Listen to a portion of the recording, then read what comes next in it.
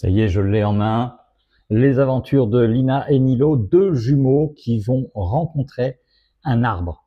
C'est un livre grand format qui va se lire à la maison avant de se coucher, adossé au pied d'un arbre avec papa, avec maman. C'est vraiment un livre familial à vivre, à lire et à vivre.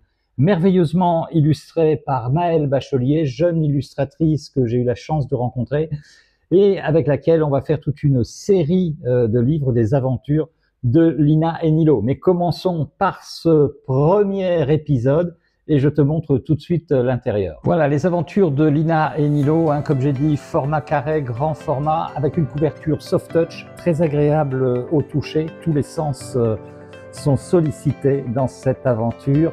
Et puis les illustrations magnifiques, bien sûr, de Maëlle Bachelier.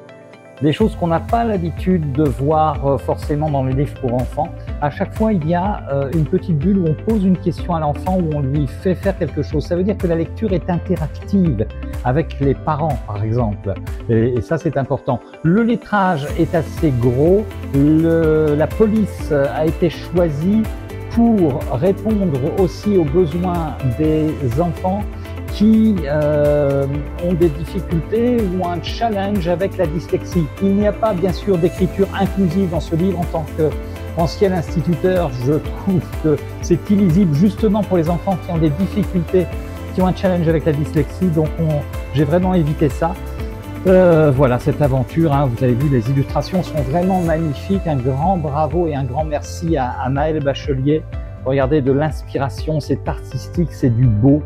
Et je crois qu'il est important dans notre monde d'habituer nos enfants à du beau et éviter les couleurs criardes, tout ce qui se fait. On parle même ici des grands-parents, des ancêtres dans les racines.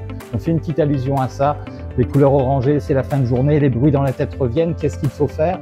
Eh bien, ils ont ce secret de l'arbre, donc ils vont pouvoir respirer ensemble, imaginer des racines.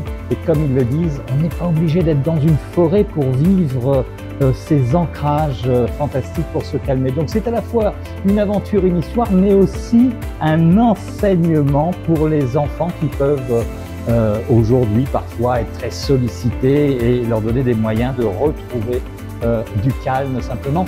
Et un petit encart à la fin du livre, parce que je crois que c'est important aussi de pouvoir dessiner sur un livre. On demande à l'enfant de dessiner son arbre et vous allez voir comment il va être heureux d'exprimer son imaginaire par le dessin après avoir été inspiré par toutes ces magnifiques illustrations. Donc voilà, Lina et Nilo, les aventures, l'arbre de ces premiers épisodes, c'est l'arbre, il y aura le dragon bientôt prochainement, et voilà le dos de ce livre. Voilà, vous savez tout maintenant sur ce livre.